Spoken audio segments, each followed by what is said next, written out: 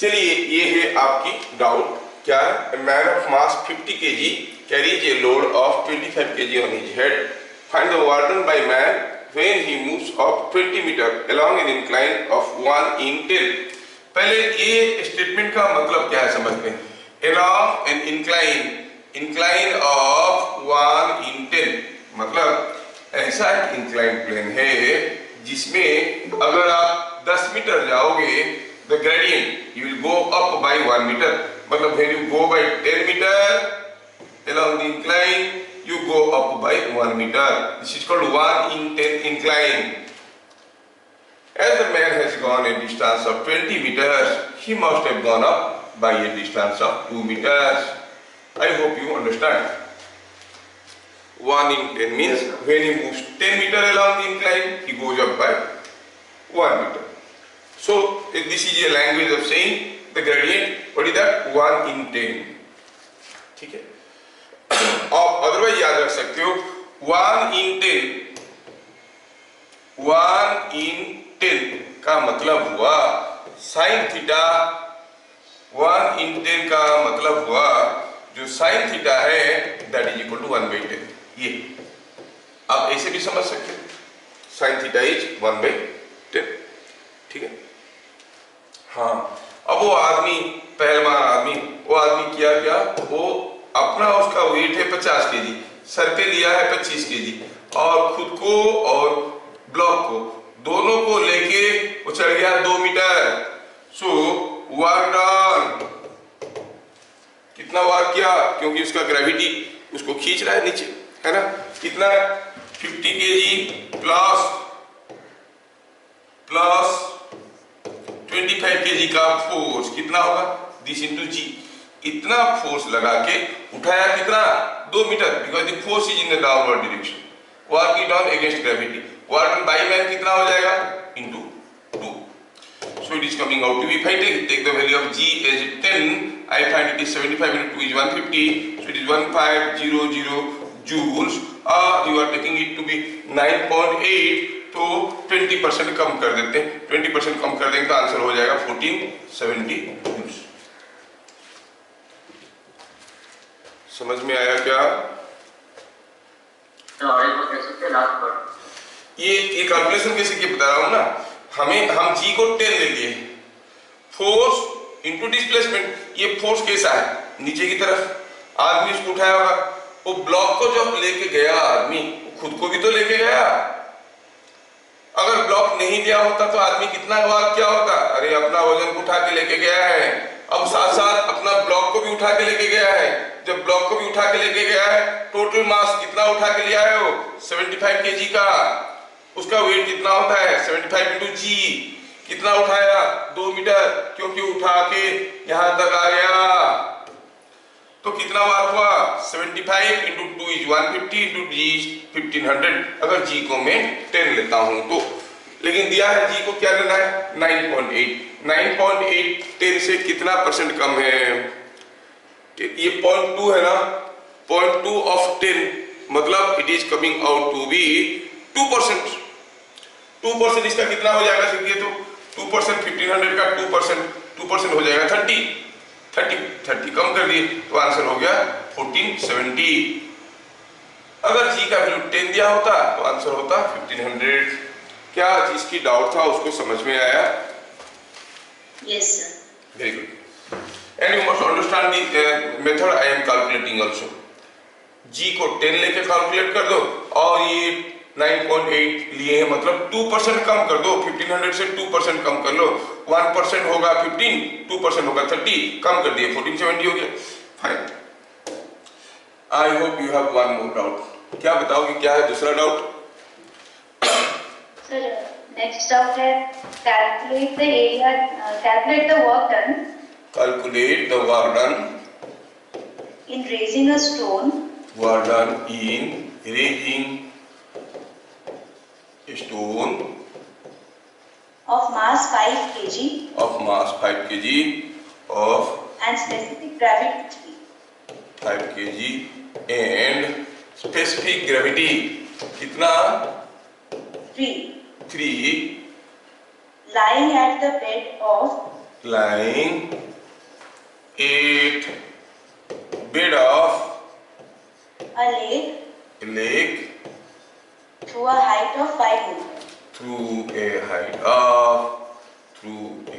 of 5 meter, height of 5 meter। ये simple है। कोई एक तालाब में कोई एक ब्लॉक को रखा गया है जिसका मास आपको दिया गया है 5 kg। 5 kg है उसका मास और इसका स्पेसिफिक ग्रेविटी 3 है। ऑब्वियसली हम क्या कहेंगे, वाटर का specific gravity is 1। Specific gravity of water is 1। Specific gravity of water is 1। आप इसको उठाना चाहते हो to certain height.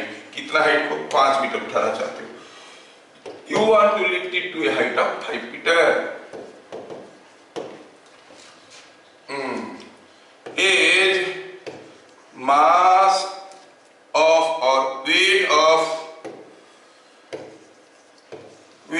of block कितना है? 5g। अच्छा, b कितना हो जाएगा? weight of the displaced liquid। इसका स्पेसिफिक ग्रेविटी 3 है, लिक्विड का 1। when स्पेसिफिक ग्रेविटी is 3, इतना ही वॉल्यूम का वेट हो गया 5 kg। स्पेसिफिक ग्रेविटी अगर 1 होता, इतना ही वॉल्यूम का वेट कितना होता? 5g/3। क्या ये बात हजम हुआ? Yes, sir. समझ में आया? क्या नहीं आया तो थोड़ा और डिटेल्स में लिखेंगे, थोड़ा और डिटेल्स में लिखेंगे। चलिए डिटेल्स में लिख देते हैं, डिटेल्स में लिख देते हैं। क्यों हमारे बच्चों को परेशान करें। हम लोगों का क्या है कि हमारा आदत ये है कि हम लोग एमसीक्यू को ट्राई करते हैं ना, हिट करते हैं एग्जाम में, जितना जल्दी कर सके वो हमारा ज्यादा क्रेडिट होता है। कोई भी न्यूमेरिकल को how fast you can do, in what shortcut way can do, लेकिन आपको स्कूल एग्जाम के लिखना है तो थोड़ा डिटेल्स में लिखना है। चलिए मानते हैं इसका वॉल्यूम भी है। Let V is volume of block, then 3VG is equal to 5G। ये हो गया उसका वेट। वन फोर्स क्या हो जाएगा? 1VG। Is it not 5G/3? Yes. तो इसको ऊपर उठाने के लिए क्या फोर्स की जरूरत है? F force required to pull it up कितना हो जाएगा? सोचिए, ये फोर्स F है। मैं थोड़ा सा फिगर को बढ़िया से बना दूं।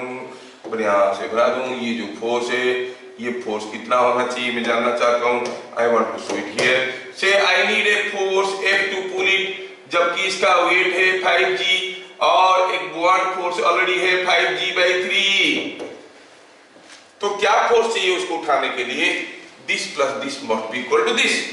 सो the force required must be equal to 5G minus 5G/3 is 10G/3 Newton.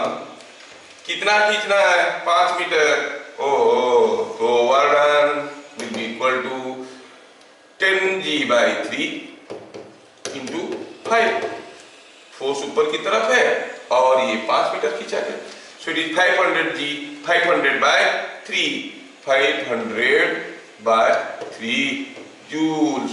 और आप चाहो तो इसको लिख सकते हो, it is coming out to be 100 हो गया 300, 166.67 जूल्स। क्या मेरी बात समझ में आया? Yes, sir. यस, ठीक है। In the previous class, we have seen law of conservation of mechanical energy, और क्या था? The gain in kinetic energy is equal to loss in potential energy, loss in kinetic energy is equal to gain in potential energy। और potential energy हम लोग दो किस्म के देख लिए, एक हो गया ग्रेविटेशनल पोटेंशियल एनर्जी और एक हो गया स्प्रिंग पोटेंशियल एनर्जी। नहीं, ये सारा चीज हम लोग देखे थे।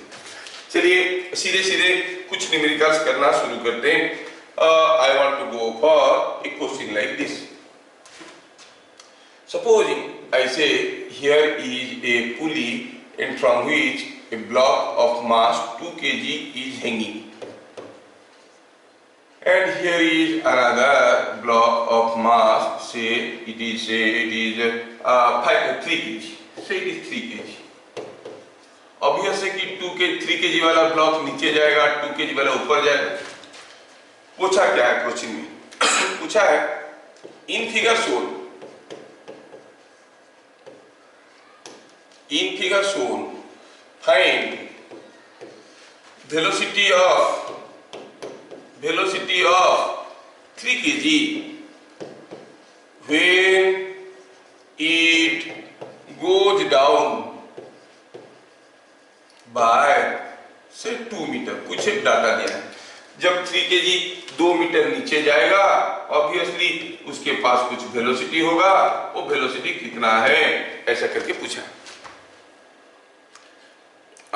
थोड़ा समय की कमी है, I will not wait for your answer, I will try to solve, you learn how it is being done.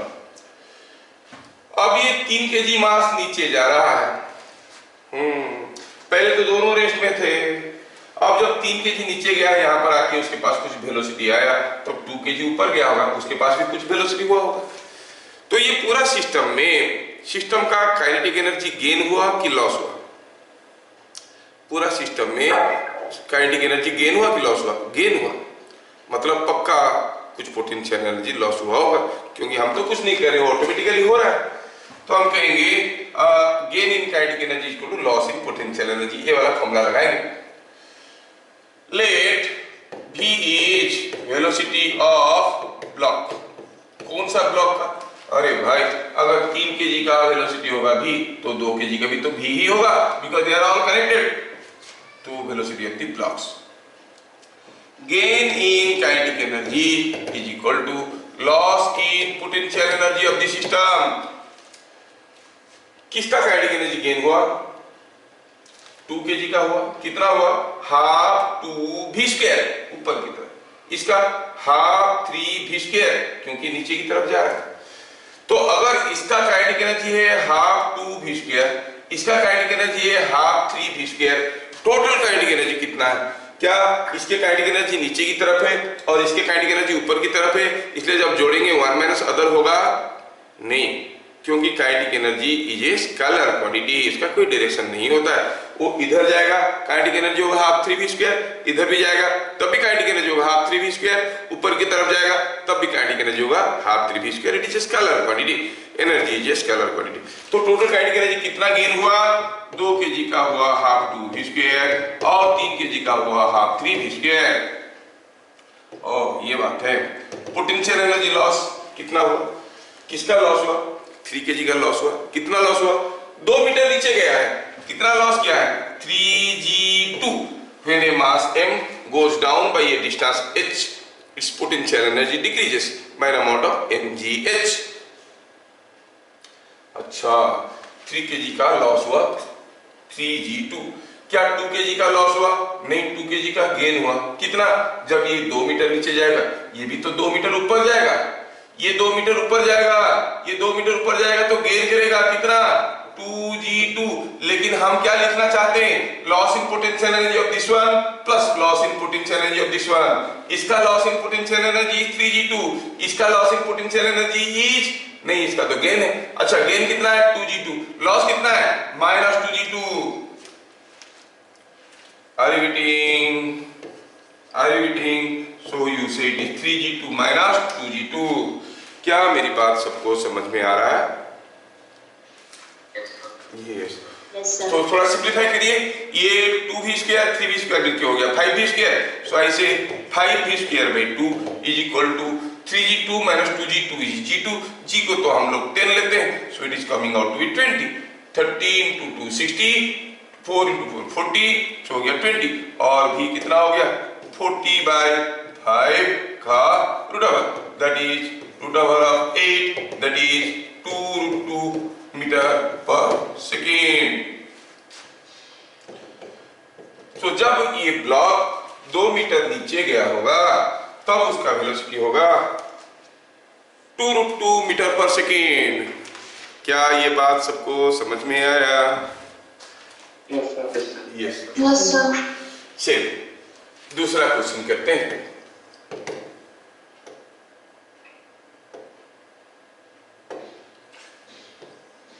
मैं चाहूंगा कि ये क्वेश्चन को आप लोग थोड़ा सा ट्राई करो और मैं आपके लिए वेट करूंगा। यहाँ पे एक पुली अरेंजमेंट है and here is another pulley like this and here is a block of से 2 kg हैंगिंग लाइक दिस। अब ये 2 kg का ब्लॉक जो यहाँ से झूल रहा था, इधर से भी कुछ ब्लॉक लगा हुआ था। ये कितना है से ये ब्लॉक है मास से 8 kg का और कुछ अरेंजमेंट ऐसा रखा हुआ था। The arrangement was like this। ठीक है, क्या दिया है? क्या दिया है फाइंड वेलोसिटी ऑफ ये कौन 8 kg when it goes down by say 2 metre. Okay, जब ये 2 मीटर नीचे जाएगा 8 kg का वेलोसिटी क्या होगा। एकदम सिमिलर क्वेश्चन है, थोड़ा सा कंसेप्ट लगाना है आपको। देखो तो क्या आप लोग ट्राई कर सकते हो इस क्वेश्चन को? क्यों नहीं कर सकते? You are all genius fellows, आप लोग कर सकते हो। ये पुली है और क्या दिया हुआ है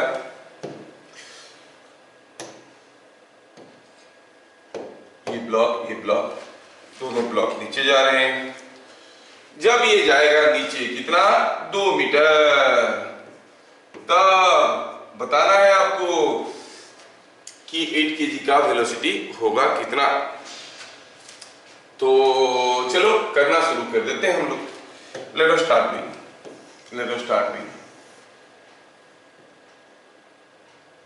ठीक है, solution. when velocity when 8 kg goes down by 2 meter, the 2 kg goes up by, कोई बताएगा? इधर इन स्मार्ट गाय विल से जब ये 2 मीटर नीचे जाएगा ये कितना ऊपर जाएगा? 4 मीटर। आप लोगों को पकड़ में आ गया, क्योंकि ये भी 2 मीटर लंबा हो जाएगा, ये भी 2 मीटर लंबा हो जाएगा, तो इसको फीड करने के लिए ऊपर जाएगा 4 मीटर। इसीलिए तो मुझे आप लोगों से आप लोग समझ जाते हो सारा चीज 4 मीटर। अच्छा, अगर ये समझ में आ गया, अगला चीज बताओ। when velocity of 8 kg is v, the velocity of 2 kg is, बताओ, आप बताओ। पहले समझ में आया, जब ये 2 मीटर जाता है ये ऊपर जाता है 4 मीटर। अगर इसका वेलोसिटी है v तो इसका वेलोसिटी कितना होगा? 2v। So simple, very good, 2v। चलिए अब हमारे पास और क्या है? Gain in kinetic energy is equal to loss in potential energy. किसका काइनेटिक एनर्जी गेन हुआ? दोनों का हुआ, ये भी चलने लगा, इसका कितना काइनेटिक एनर्जी गेन हुआ? Half 8v²। और इसका हो गया हाफ 2, चल रहा है 2v में, 2v का square. Loss in potential energy इसका हुआ है, हाँ हुआ है, नीचे गया ना, कितना नीचे गया? 2 मीटर। अच्छा, तो 8g2 इसका भी लॉस हुआ है क्या? नहीं, ये तो ऊपर गया, गेन हुआ है। हम तो लॉस लिखना चाहते हैं, लिखेंगे -2g4। क्या बात समझ में आ रहा है? ये देखो कितना सिंपल है। ये हाफ 8v², ये हो गया 4v², ये हो गया 4v², it is 16v² is equal to, it is 160 minus 80 is 80 और v इज √5 मीटर पर सेकेंड। क्या मेरा मेथड और मेरा सॉल्यूशन आप लोगों को समझ में आया? Yes.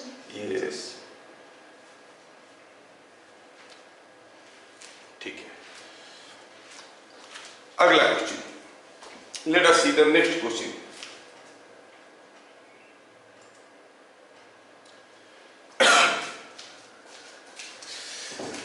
Let us see the next question.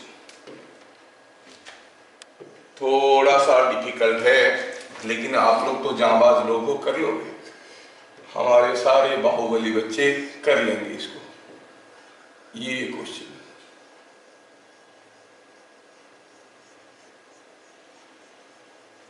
ठीक है।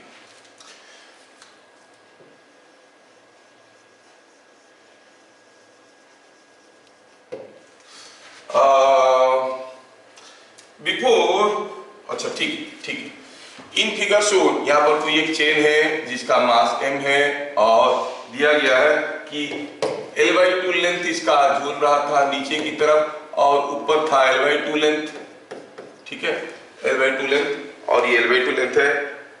तो अब हमें ये पता करना है क्या, the chain slips from position 1 to position 2. Prove that the work done by gravity is equal to loss in potential energy। हाँ सर, ऑब्वियस है, कोई मास m अगर h डिस्टेंस नीचे आता है तो ग्रेविटी ने कितना वार करता है, mg इंटू h, तो इसका पोटेंशियल एनर्जी कितना लॉस होता है, mgh। कोई भी सिस्टम काम करेगा तो उसका एनर्जी घटेगा, हम तो जानते हैं, ग्रेविटी वार करेगा, ग्रेविटेशनल पोटेंशियल एनर्जी घटेगा। बोला प्रूव करके दिखाओ। चलो ठीक है, जब बोला है तो करना पड़ेगा। हमें प्रूफ करना है कि जब ये चेन इस पोजीशन से, ये पोजीशन 1 हो गया, ये हो गया पोजीशन 1 और ये हो गया पोजीशन 2। हमें प्रूफ करके दिखाना है कि जब ये चेन फिसल के इस पोजीशन में आएगा, जो भी वर्क हुआ है by gravity that is equal to loss in potential energy. चलिए निकालते हैं, सॉल्यूशन लिखते हैं। Work done by gravity, work done by gravity. आप देख रहे हो कि यहां पर ग्रेविटेशनल फोर्स और फोर्स ऑफ ग्रेविटी कितना है, is equal to force of gravity कितना है, it is the weight of the hanging part, it is the weight of the hanging part is equal to weight of hanging part. हाँ, ये समझ में आया, weight of hanging part. इसका मतलब जैसे जैसे हैंगिंग पार्ट बढ़ते जाएगा ग्रेविटी का फोर्स बढ़ते जाएगा। और हम देख रहे हैं कि it is proportional to the length of the hanging part, it is proportional to the length of the hanging part. और ऐसा क्वेश्चन हम लोग पहले भी किए। So when the force is directly proportional to the displacement, तो आप क्या कहते हो, the work done, how we calculate mean force into displacement, है कि नहीं। ये क्योंकि ये हैंगिंग पार्ट, मान लो कि जब इसका हैंगिंग पार्ट का लेंथ x था, फोर्स था proportional to x। So when the force linearly varies with the displacement, तो आप क्या कहोगे, वर्क डन कैसे निकालते हैं, इनिशियल फोर्स निकालते हैं। इनिशियल फोर्स मतलब कितना था, आधा लेंथ झूल रहा था mg/2, पूरा लेंथ L है, ये आधा लेंथ है, तो इसका वेट कितना था, mg/2। फाइनल फोर्स क्या था, जब इस पोजीशन में आ गया, व्हाट इज द फोर्स, पूरा का पूरा झूल रहा है, it will be mg। Displacement कितना हुआ है, डिस्प्लेसमेंट हुआ है इस पोजीशन से इस पोजीशन में, मतलब L/2। तो वर्क क्या फॉर्मूला होता था, initial force plus final force by 2 into displacement. क्या ये सब चीजें आप लोगों को याद है कि भूल गए, do you still remember this things? Yes sir. Yes. तो देखो ये जो टेक्निक मैं आपको दे रहा हूँ ना, जो मेथड दे रहा हूँ, किसी भी बुक में नहीं है।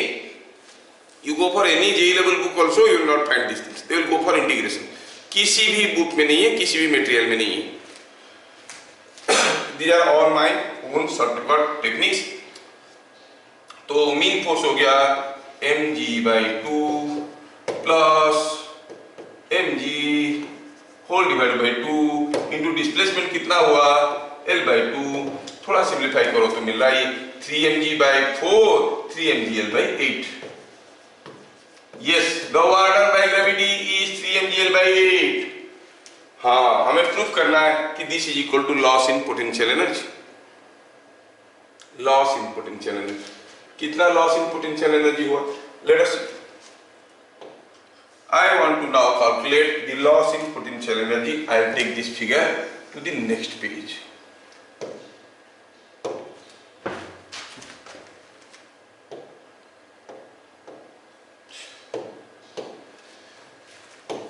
Now we want to calculate the loss in potential energy.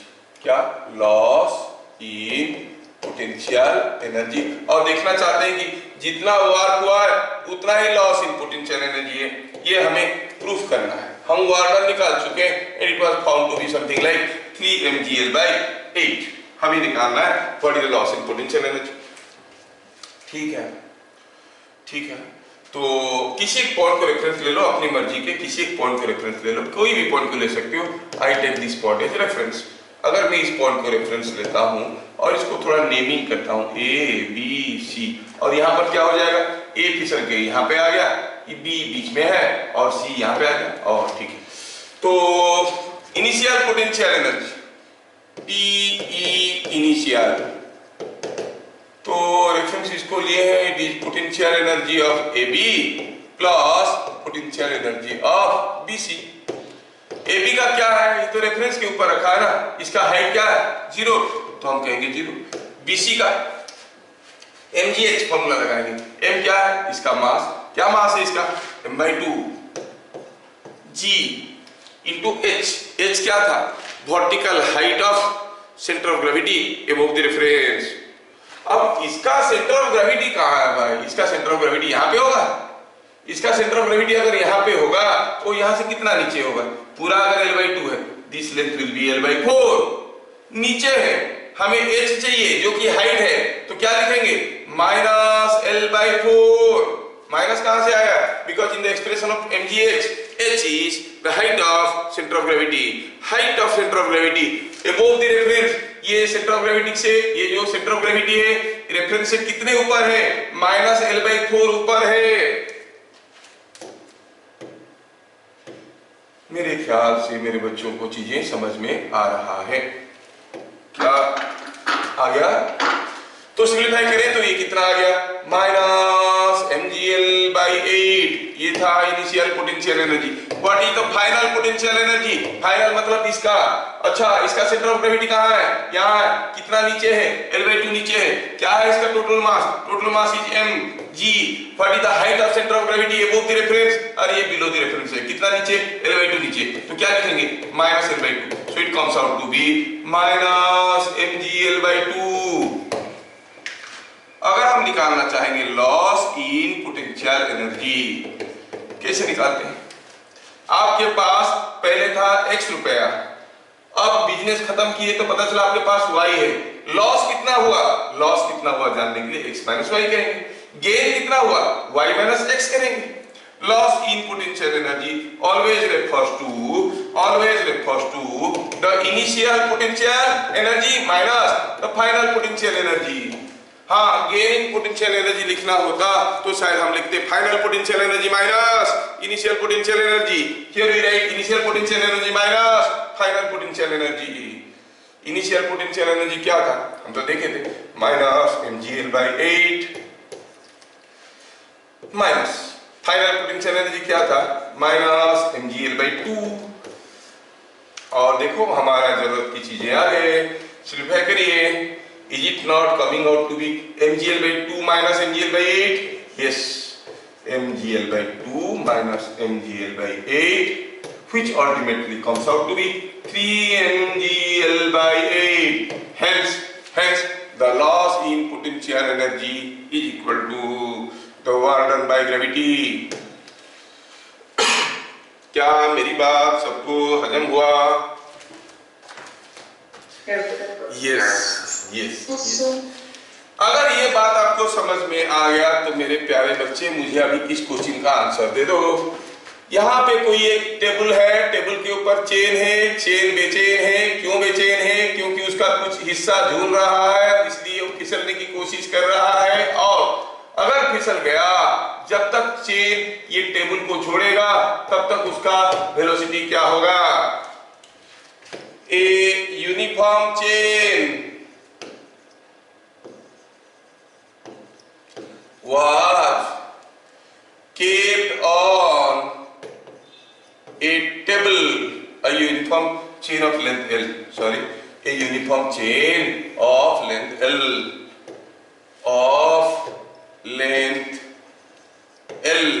was kept on a table with 1/3 part hanging beyond the edge.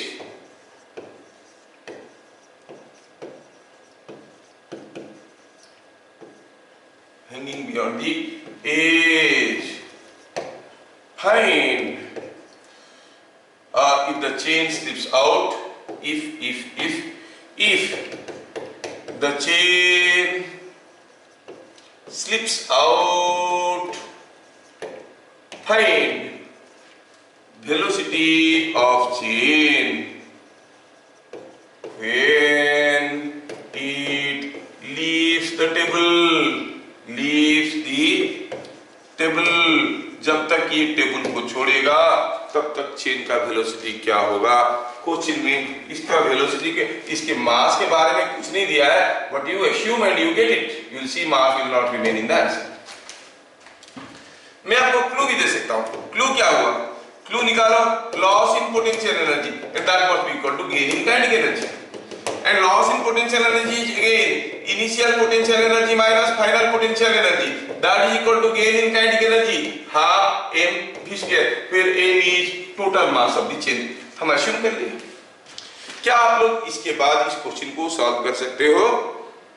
किसी को एक रेफरेंस ले लो, सारे टर्म को इंडिविजुअली निकाल दो। Find the initial potential energy, find the final potential energy, equate that to half mv square, get the value of v. क्या आप लोग इसको कर सकते हो? Do it now.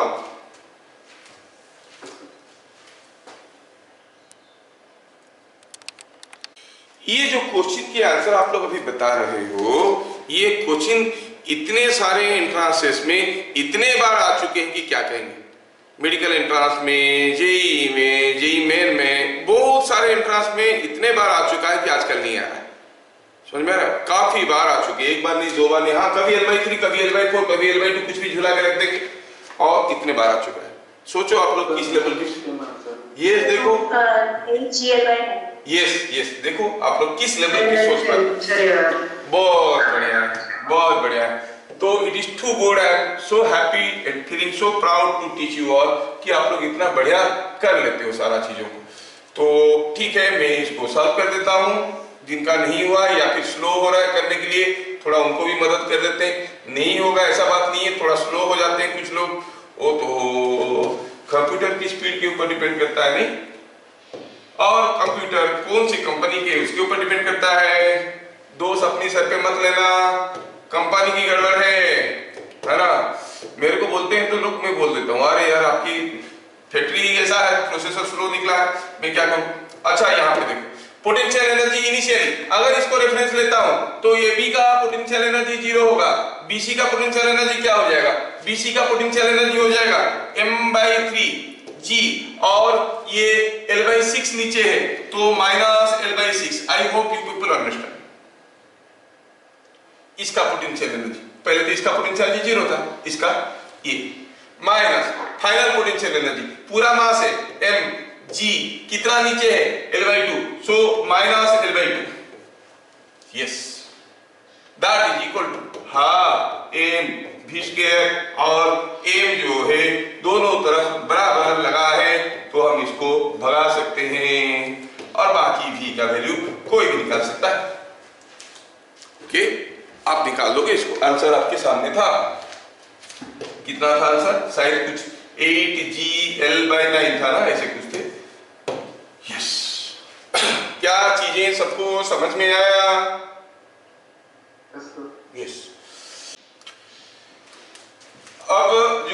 Potential energy हमारे पास था, हम लोग हर जगह सिर्फ ग्रेविटेशनल पोटेंशियल एनर्जी को ही ले रहे थे काम में।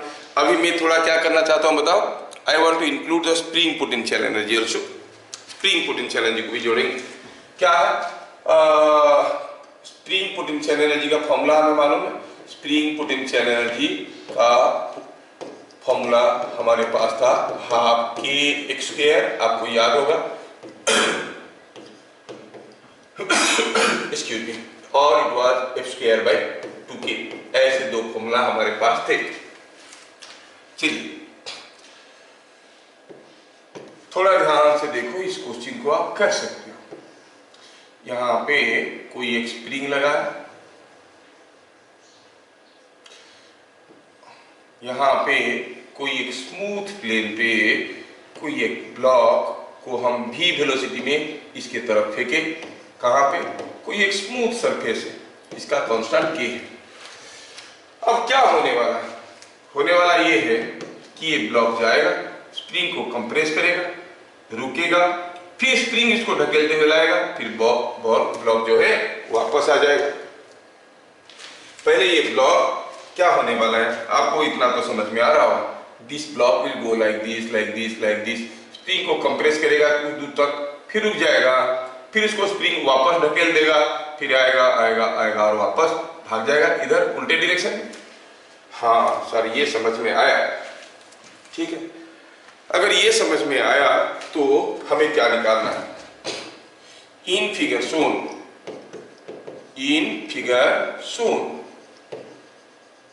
फाइंड मैक्सिमम कंप्रेशन, और जगह की कमी है, find maximum compression in spring. बस मैं आपको थोड़ा फॉर्मूला के साथ एक्विटेट करना चाहता हूं। जब ये स्प्रिंग मैक्सिमम कंप्रेस हो गया था तब वो मैक्सिमम कंप्रेशन कितना था? चलो मानते हैं कि ये स्प्रिंग का मैक्सिमम कंप्रेशन यहां तक हुआ था। यहां तक मतलब सपोज x हुआ था, इतना दूर तक कंप्रेस हुआ, फिर वो ब्लॉक को ढकेल के वापस भेज दिया। ये x कितना है? अच्छा कितना है मालूम नहीं है, निकालना है, ठीक है।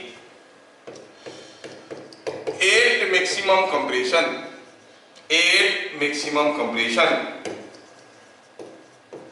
जब मैक्सिमम कंप्रेशन हुआ था तो आप क्या कहोगे? वेलोसिटी ऑफ ब्लॉक, मतलब ये ब्लॉक इसको कंप्रेस करते गया, रुकेगा, फिर वापस आएगा। मतलब जब मैक्सिमम कंप्रेशन हुआ होगा तो वेलोसिटी ब्लॉक का कितना हुआ होगा? 0। क्या ये बात सबको समझ में आ रहा है? At the maximum compression velocity of the block is 0। Kinetic energy of the block का काइनेटिक एनर्जी कितना होगा? भारी वेलोसिटी 0 है तो काइनेटिक एनर्जी कहां से आएगा? 0 होगा। अच्छा स्प्रिंग पोटेंशियल एनर्जी कितना होगा? अरे स्प्रिंग x कंप्रेस हो गया है तो होगा हाफ के x स्क्वायर। ब्लॉक के पास पहले कुछ काइनेटिक एनर्जी था हाफ एम स्क्वायर, अब है 0। अरे तो फिर गया कहां? There is a loss in kinetic energy, but whenever there is a loss in kinetic energy in a system of where non-conservative forces are not present, in that case what you say? Loss in kinetic energy must be equal to gain in potential energy. Spring के पास पहले कोई potential energy नहीं था, खुले में था वो, अब वो कंप्रेस हो गया तो स्प्रिंग के पास कुछ पोटेंशियल एनर्जी है। कहां से आया स्प्रिंग के पास वो एनर्जी? कौन दिया? ये जो ब्लॉक है अपना काइनेटिक एनर्जी उसको दे दिया, और इसकी खुद के पास कोई काइनेटिक एनर्जी नहीं है। तो loss in kinetic energy of the system is equal to gain in potential energy of the system. Loss in kinetic energy is equal to gain in potential energy. अगर यही फॉर्मूला को हम लोग apply करने की कोशिश करेंगे तो हमारा काम तो निकल गया। क्या कहेंगे? Loss in kinetic energy, loss in kinetic energy, हाँ हमें तो गेन इन पोटेंशियल निकाला था, हम लिखेंगे gain in potential energy is equal to loss in kinetic energy. Potential energy किसका गेन हुआ? ग्रेविटेशनल पोटेंशियल एनर्जी गेन हुआ है क्या? नहीं तो, क्योंकि ऊपर नीचे तो गया नहीं। ऊपर गया होता तो ग्रेविटेशनल पोटेंशियल एनर्जी गेन क्या होता, नीचे गया होता ग्रेविटेशनल पोटेंशियल एनर्जी लॉस क्या होता? नहीं। तो हुआ क्या कि ग्रेविटेशनल पोटेंशियल कुछ नहीं हुआ, गेन इन पोटेंशियल एनर्जी हुआ। कितना? हाफ ए स्क्वायर। और लॉस इन काइनेटिक एनर्जी जो था सारे के सारे दे दिया, हाफ एम वी स्क्वायर। तो x का वैल्यू हो गया एम वी स्क्वायर बाई के का रूट ओवर। क्या बातें समझ में आया? यस यस, ठीक है ठीक है। अगर ये चीज आपको समझ में आ गया है तो ये फॉर्मूला तो आप लोग याद ही रखे होंगे। इसी को लेके मैं आगे बढ़ने की कोशिश कर रहा हूं। अगला question, don't worry that you are not able to write things so fast. I will be sharing you the PDF as well as the video. आप लोग मेरे क्लास में कोऑपरेट करो, समझो, न्यूमेरिकल बनाने की कोशिश करो। पूरा का पूरा PDF शेयर कर दूंगा, वीडियो भी शेयर कर दूंगा, चिंता की कोई बात नहीं। नेक्स्ट क्वेश्चन में सपोज आई से ये कुछ यहां से आया कोई चीज और इधर आके यहाँ पे कोई एक स्प्रिंग लगा था और यहाँ पे स्प्रिंग ऐसा है, ये स्प्रिंग ऐसा है जिसका कांस्टेंट K है। कोई ब्लॉक यहाँ से फिसलना शुरू किया, ये ब्लॉक यहाँ से फिसलना शुरू किया। यहाँ से मतलब कहाँ से सर? यहाँ से मतलब from A height h, from A height h ये फिसलना शुरू किया है। The block slides from A height h। अगर यहां से फिसल के आएगा तो जैसे इधर आएगा स्प्रिंग को कंप्रेस करेगा, स्प्रिंग को कंप्रेस तो करेगा ही। कितना कंप्रेस करेगा? Excuse me, find the block was released from position A, position A, find maximum compression in spring। Block ए से फिसलते हुए आया, ब्लॉक ए से फिसलते हुए आया, ऐसे आके इसको ऐसे कंप्रेस कर दिया। कितना मैक्सिमम कंप्रेस करेगा वो आपको पता करना है। You want to know what is the maximum compression in the spring. Block यहां से फिसलते हुए आ रहा है, ठीक है ठीक है। क्या हम बात करें तो यहां पे इनिशियली काइनेटिक एनर्जी क्या था? 0। जब मैक्सिमम कंप्रेशन की बात करेंगे, at maximum compression the final kinetic energy is also 0। तो काइनेटिक एनर्जी गेन हुआ कि लॉस हुआ? 0 था, 0 है, गेन हुआ कहां, लॉस कहां हुआ? नहीं, आपको कोई गेन नहीं हुआ, लॉस नहीं हुआ। अच्छा, तो काइनेटिक एनर्जी गेन नहीं हुआ, लॉस नहीं हुआ। Gravitational potential energy, gravitational potential energy sir किसको रेफरेंस लेंगे? आपकी मर्जी है, ऊपर ले सकते हो, नीचे ले सकते हो। यूजुअली हम लोग ऐसे लेते हैं तो आसान हो जाता है, तो let us take it here. तो ग्रेविटेशनल पोटेंशियल एनर्जी इनिशियल कितना था? mgh। जब वो नीचे आके इसको कंप्रेस कर रहा है, gravitational potential energy final gravitational potential energy कितना है? The final gravitational potential energy is equal to कितना है? अब तो नीचे है 0। ओहो, spring potential energy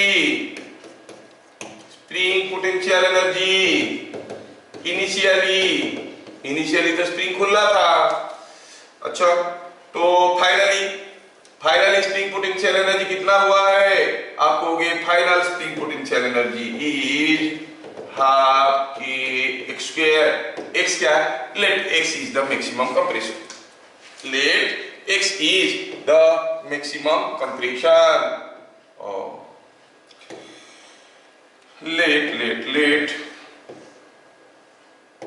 let x is maximum compression.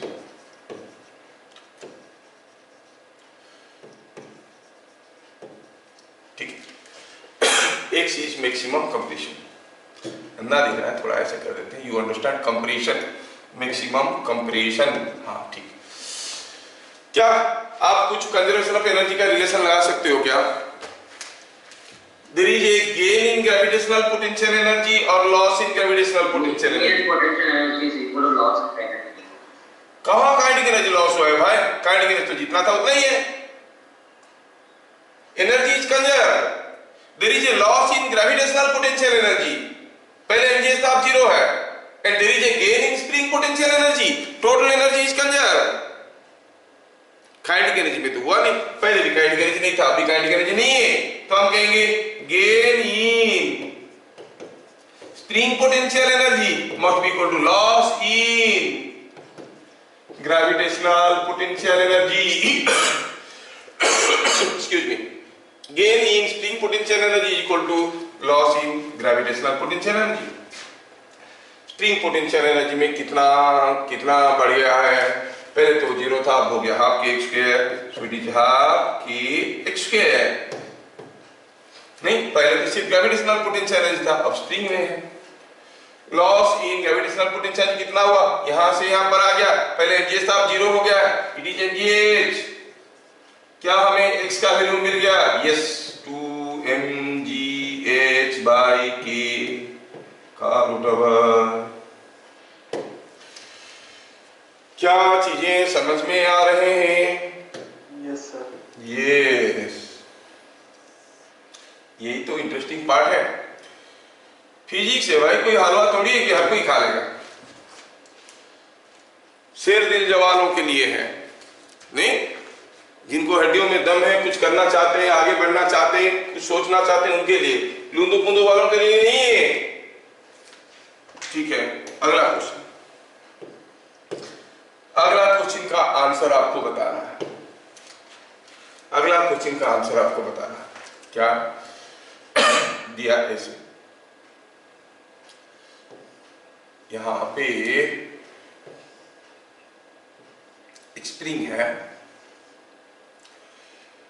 एक ब्लॉक है, एक दूसरा स्प्रिंग है. इसका स्प्रिंग कांस्टेंट k है, इसका 2k है.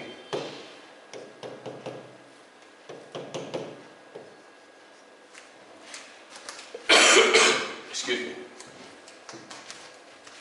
ऐसा है. In figure shown,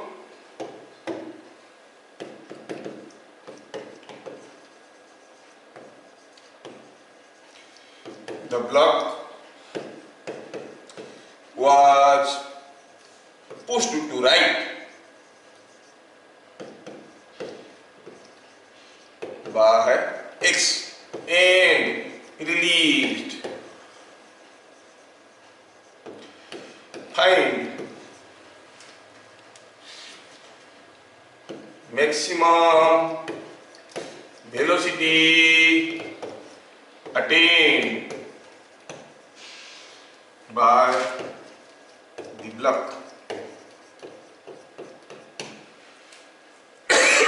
Excuse me. ये जो ब्लॉक है, इसको मैं राइट को पुश कर दिया भाई, डिस्टेंस x और छोड़ दिया, तो पक्का वापस आएगा. पूछा बताओ उसका मैक्सिमम वेलोसिटी क्या होगा. जब हम इसको पुश करते हैं टू द राइट, ये स्प्रिंग कंप्रेस हो गया तो इसमें कुछ एनर्जी आ गया. ये स्प्रिंग एलोंगेट हो गया तो इसमें भी कुछ एनर्जी आ गया. अगर वो सारा एनर्जी काइनेटिक एनर्जी में कन्वर्ट हो जाएगा तो ब्लॉक का वेलोसिटी मैक्सिमम होगा. सारा एनर्जी काइनेटिक एनर्जी में तब कन्वर्ट हो जाएगा जब इसमें ना कोई कंप्रेशन होगा, ना इसमें कोई एलोंगेशन होगा. मतलब the block returns back to the original position. Block अगर जब वापस आएगा ओरिजिनल पोजीशन में, ना इसमें कंप्रेशन है ना इसमें एलोंगेशन है, मतलब इसमें जो एनर्जी था वो भी ब्लॉक का काइनेटिक एनर्जी में कन्वर्ट हो गया, इसमें जो एनर्जी था वो भी ब्लॉक की काइनेटिक एनर्जी में कन्वर्ट हो गया। क्या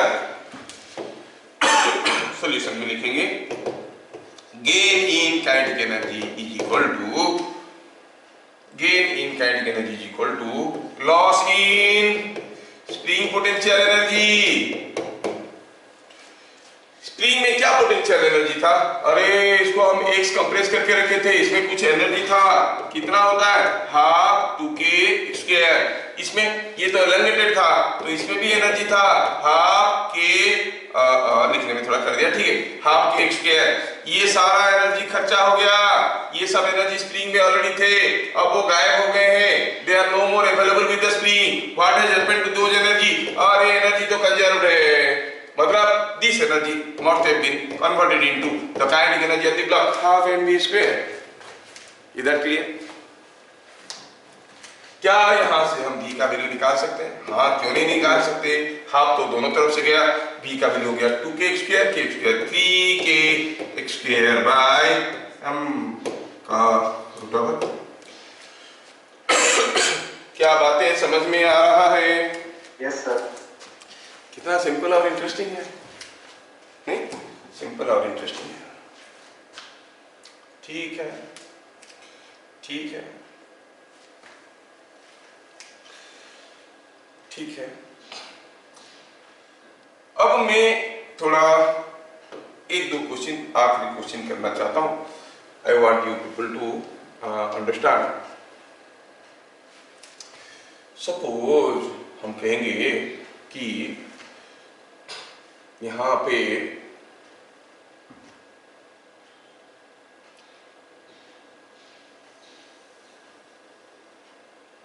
ऐसा कोई एक अरेंजमेंट है, ये कोई एक 2 kg का ब्लॉक है, यहां पे कोई एक स्प्रिंग है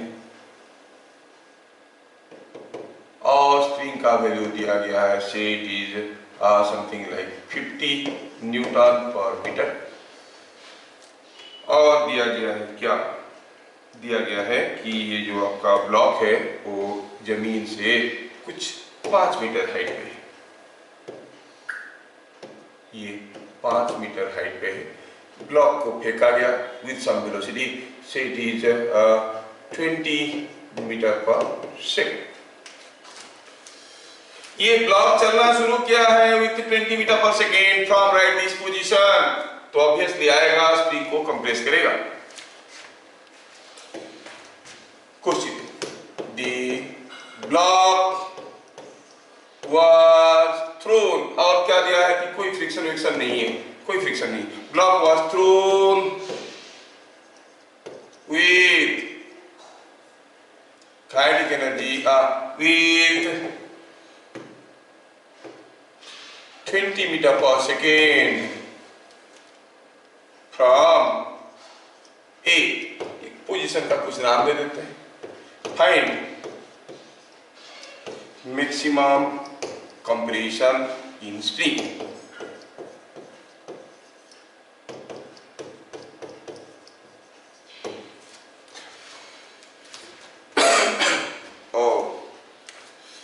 आपको देखना है जब ये ब्लॉक आके यहाँ पर पहुंचेगा और स्प्रिंग को मैक्सिमम कंप्रेस कर दिया होगा, जब ये ब्लॉक आके यहाँ पे पहुंचेगा और स्प्रिंग को मैक्सिमम कंप्रेस कर दिया होगा, तब की बात मैं कर रहा हूं।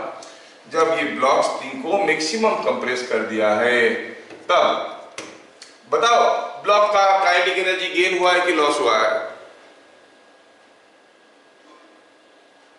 एट मैक्सिमम कंप्रेशन वेलोसिटी 0, तो काइनेटिक एनर्जी लॉस हुआ है। ग्रेविटेशनल पोटेंशियल एनर्जी लॉस हुआ है कि गेन हुआ है?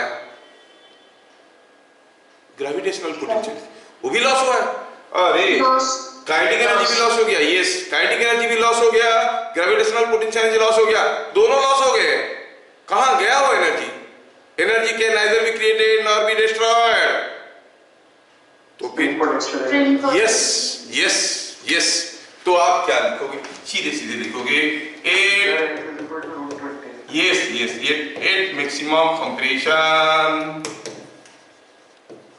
सॉल्यूशन कुछ ऐसे करेंगे, gain in spring potential energy must be equal to loss in kinetic energy plus loss in gravitational potential energy. Spring potential energy कितना गेन हुआ है, हाफ के स्क्वायर, और loss in kinetic energy half 2 into 20 का square. शुरू में था, बाद में नहीं था, तो सारा का सारा एनर्जी गायब हो गया। पोटेंशियल कितना लॉस हो गया, ये 2g5 5 मीटर नीचे आया है। ओहो, सो k का वैल्यू कितना है, 50/2 is 25 square is equal to, ये हो गया 400, ये हो गया 100 नहीं, so it is coming out to be 500 और x is √20 मीटर। वाओ, 2√5। क्या आप लोग आंसर निकाल दिए थे इसका? Yes sir. यस, देखा कितना मस्त कर रहे हो आप लोग, बहुत ही बढ़िया, बहुत ही बढ़िया कर रहे हो आप लोग, इट इज सो गुड। ठीक है ना? So when non-conservative forces are not present, we can conserve the energy, और ऐसे हम ढेर सारे क्वेश्चंस भी कर सकते हैं। बहुत सारे वैरायटी के क्वेश्चन बनते हैं। अब मैं चाहूंगा कि थोड़ा सा डिफिकल्ट क्वेश्चन दूंगा, डरना मत।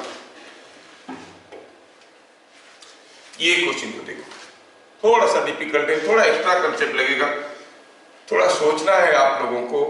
ये कोई एक ब्लॉक था, स्मूथ ब्लॉक था, थोड़ा सोच लेना मेरे भाई। और ये मान लो कि कोई 4 kg का ब्लॉक था, ये यहाँ पे कोई 2 kg का ब्लॉक इसके ऊपर रखा गया था। अब ये 2 kg का ब्लॉक जो इसके ऊपर रखा गया था, ये क्या हाइट में था?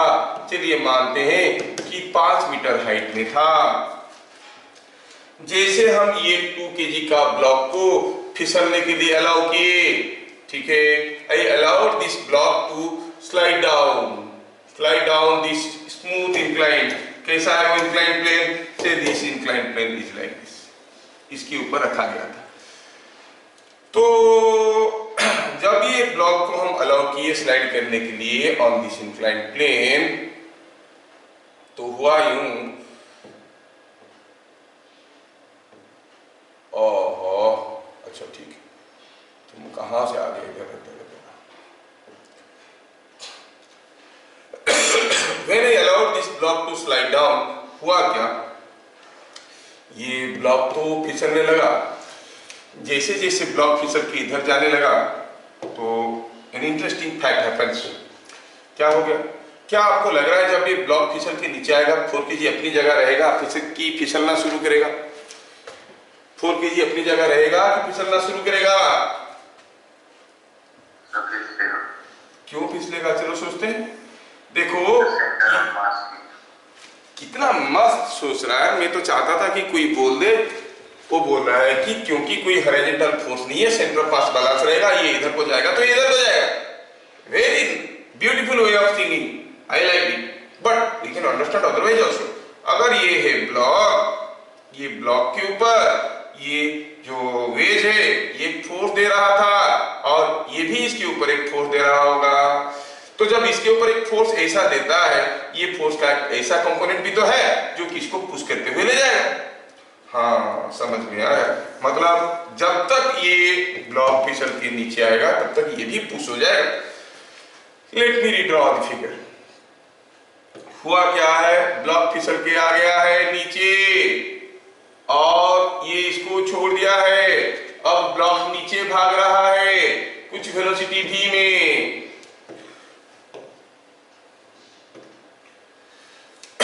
ये मास 2 kg का है। ऑब्वियस है कि ये इधर फिसल रहा होगा, कितना वेलोसिटी में मालूम नहीं है, लेकिन फिसल तो रहा होगा। तो क्वेश्चन क्या है? The block slides from top, find the velocity of the block as it moves on floor